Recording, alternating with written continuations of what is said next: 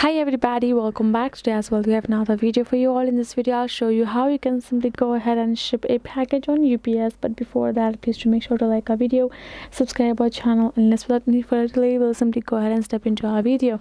For the matter, what you would do is you first of all gonna go ahead, access your Chrome browser on your mobile phone, and you're gonna go ahead, go to ups.com as I have done so, and this kind of interface will open up for you to ship. What you're gonna do, you're gonna go ahead, get access to this, tap on this three horizontal line on top right corner. Make sure you're logged in as well. You have created yourself an account with all of your information which it will require for you to even ship. So for us, we're gonna go back and tap on three horizontal line on site, tap on this shipping option. You can see create a shipment, schedule a pickup, where shipping. This will give you all of the options for you to get. So what we want to do, we want to go ahead, tap on create a shipment, because we would like to ship our stuff. So it will load us to this section, a new browser for us.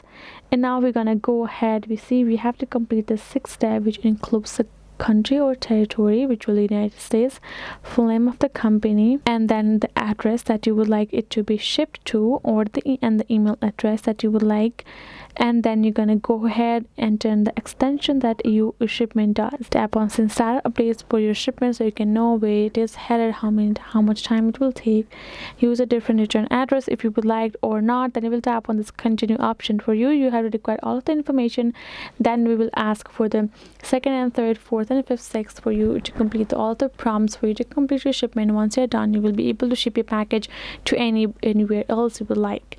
So this will be it, guys. Hope this video was helpful to you all. Thank you so much for watching, and yes, I'll see you guys in our next video.